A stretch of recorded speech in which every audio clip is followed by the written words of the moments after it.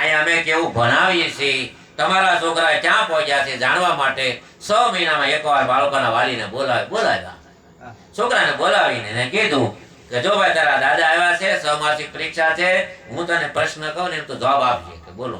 એ કે શાળી કેટલા થાય? એટલે એને કીધું 1.5. શાળી કેટલા થાય?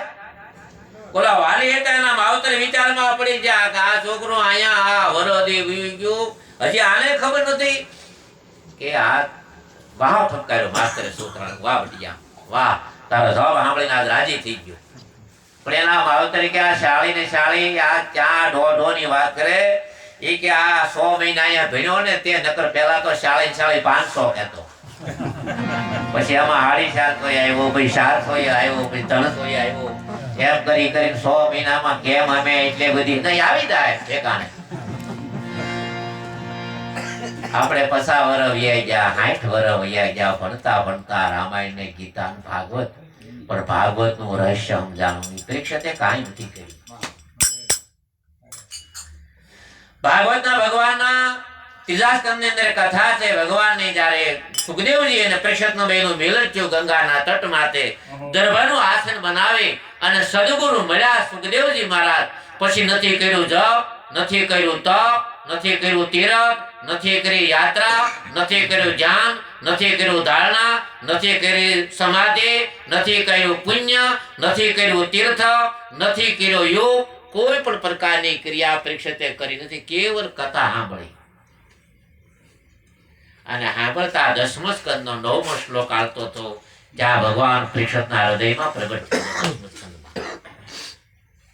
એને કઈ કર્યું તો નથી, તો પ્રભુ પ્રગટ કેમ થઈ ગયા હૃદયમાં? નથી એને કોઈ જપ કર્યો, નથી એને કઈ તપ કર્યું, નથી કઈ તીર્થ કર્યું. આવો જ પ્રસંગ ભગવદ ગીતામાં છે ને. એક બાજુ 11 સોણી, એક બાજુ 7 સોણી યુદ્ધ કરવાની તૈયારીમાં છે અને અર્જુનને સંશય જાગ્યો. 700 શ્લોકની કથા કરી ત્યાં સુધી બે પક્ષના માણસોએ શું કર્યું છે? આજ તમને અડધી કલાક આમાં બેહાડવા એ કઠિન છે. 700 શ્લોક નષ્ટો મોહા સમૃદ્ધિ લબ્ધવા ત્યાં સુધીની વાત. એટલે નક્કી થાય કે ગીતા કોઈ બહારની વાત નથી, ગીતા ભેદની વાત છે. આ મારું તમારું હૃદય આ કુરુક્ષેત્રનું કરોનું મેદાન છે અને ધર્મ ક્ષેત્રે કુરુક્ષેત્રે મામે કાંચ પાંડવા. આ ધર્મનું અને કર્મનું 16 કલાક સુખ દુઃખ લાભ હાનિ હરખ શોક આમાં યુદ્ધ હાયલાશ કરે છે. પણ યુદ્ધમાં એનો વિજય થાય છે જેના સારથી ભગવાન કૃષ્ણ હોય, જેના સારથી સદગુરુ હોય. તો એને કીધું કે આ બધાને મારું તો કોઈ મારા કાકા છે, મારા દાદા છે, કોઈ મારા મામા છે, આમાં કોઈ મારા બનેવી છે, આ બધાના કોઈ મારા સગા છે, એટલે મારે આને કોઈને મારવા નથી. મને એવો રસ્તો બતાવો, મારે યુદ્ધ ન કરવું પડે ને. મને એક રસ્તો બતાવો કે હું કે કાં તો મને પ્રભુની પ્રાપ્તિ કરાવો અને નહીતર એ કામ કરું, ભિક્ષુક બની નીકળી જાઓ અહીંથી. આ લોકનું તો નહીં, કદાચ 3 લોકનું રાજ મળે તો મારે જોતું નથી. કારણ કે આમાં મારા બનેવી છે, આમાં મારા મામા છે, મારા દાદા છે, ત્યાં સુધી પણ વાત નહીં. આની માયકો મારા બાપનો બાપ ભીષ્મ પિતામાં ઉભા છે. એની માયકો અમારા કુળના ગુરુ દ્રોણાચાર્ય આમાં ઉભા છે, અમારા કુળના બ્રાહ્મણ કૃપાચાર્ય ઉભા છે. અરે આની માયકો અશ્વત્થામાં મારા કુળ ગુરુના દીકરા છે. ત્યાં સુધી તો નહીં. હું ગુડાકે જાણું, એક જ માન એક જ બાપ મારો મોટો ભાઈ માયકો કણ ઉભા છે. આને મારીને આ લોકનું તો નહીં, 3 લોકનું રાજ મળે તો મારે જોતું નથી.